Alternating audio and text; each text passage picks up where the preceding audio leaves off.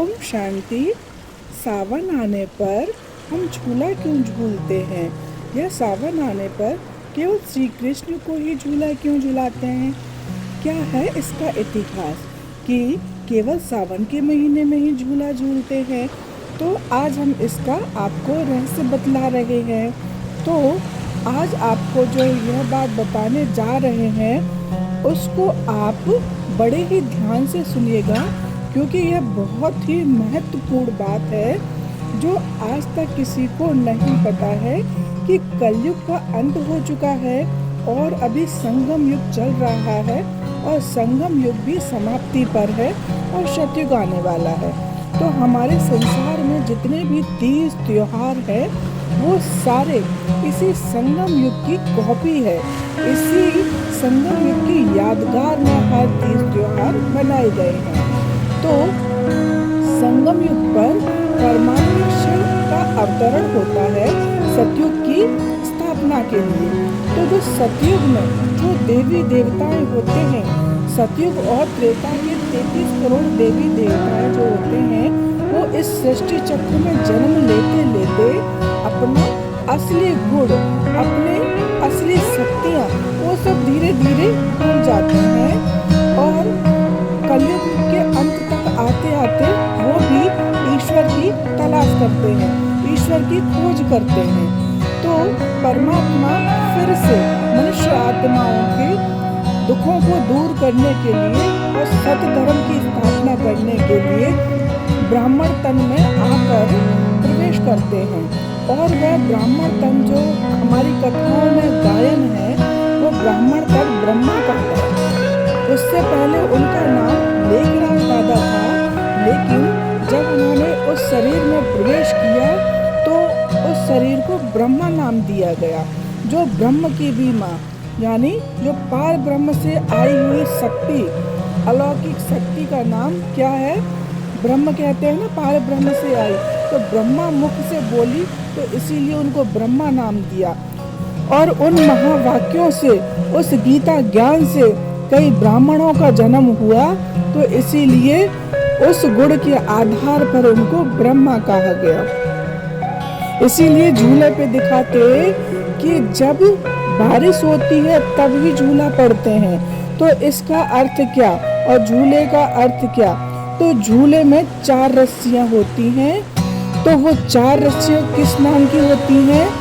ज्ञान, योग, धारणा, सेवा, ये 4 रस्सियां दिखाई गई हैं। तो ये 4 चीजें परमात्मा आके हमको सिखाते हैं कि कैसे ज्ञान क्या है, कैसे कर्म करना चाहिए, योग कैसे करना चाहिए, परमात्मा से बुद्धि को कैसे जोड़ के अपने दुखों को दूर करें, धारणा जीवन में कैसे गुण धारण करनी चाहिए, कैसे बातों को धारण करना चाहिए, सेवा कैसी सेवा करना चाहिए जिससे हमारा और विश्व का कल्याण हो। ये 4 चीजें आके हम ब्राह्मणों को परमात्मा संगम युग पर सिखाते हैं और फिर दिखाते हैं 4 रस्सियां किससे बंधी होती है? एक डाल से। तो वो डाल रूप क्या है? परमात्मा का प्रतीक है कि उनके बिना हम इस झूले को झूल नहीं सकते। झूला झूलना एक आनंद का प्रतीक होता है।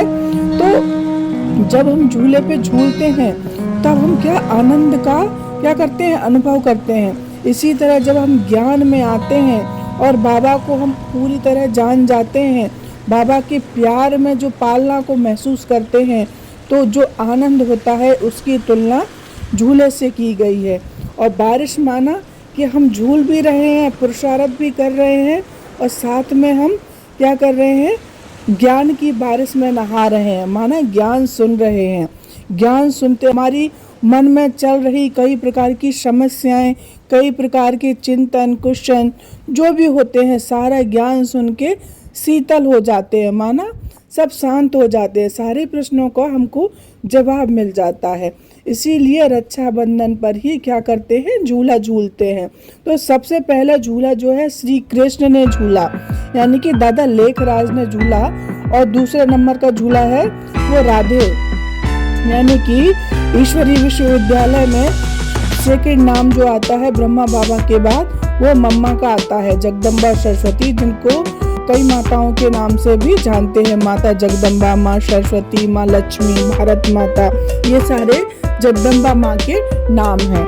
उसके बाद हम देखते हैं कि सावन में सारी जो माताएं बहनें हैं वो हरा श्रृंगार करके झूला झूलती हैं। तो यह आत्मा का श्रृंगार दिखाया गया है कि जब ज्ञान में आते हैं तो ज्ञान में आने के बाद आत्मा का गुणों से श्रृंगार हो जाता है और फिर वो गुणों से श्रृंगार होकर क्या हो जाती है, हरी हो जाती है। इसीलिए माताएं बहनें हरा श्रृंगार करती हैं। फिर सभी माताएं बहनें झूला झूलती हैं, गुणों से श्रृंगार हो जाएगा तो क्या होगा, दुख का नामो निशान नहीं होता। फिर वो बाबा के याद में, खुशियों में, ज्ञान में, इन सब से उनकी क्या होती है, पालना होती है। तो जो सुख का अनुभव है उसको झूले के रूप में दिखाया गया है।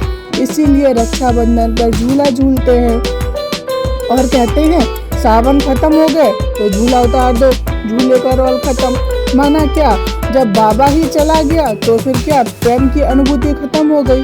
तो मतलब जब बाबा आते हैं तो वो प्रेम की अनुभूति होती है, बाबा जब चले गए तो फिर बाबा का प्यार भी चला गया। तो ऐसे करके फिर झूला उतार देते हैं। तो ये सारे रीति रिवाज, त्योहार इस संगम युग की विशेषताएं हैं, इस संगम युग की यादगार हैं। तो मेरे प्यारे भाइयों और बहनों, इस संगम युग के महत्व को समझकर ब्रह्मा कुमारी ईश्वरीय विश्वविद्यालय में आकर 7 दिन का कोर्स करो, जिससे आप भी परमात्मा प्यार के झूले में झूल सको। ओम शांति। थैंक यू बाबा। जन्माष्टमी की बहुत बहुत शुभकामनाएं।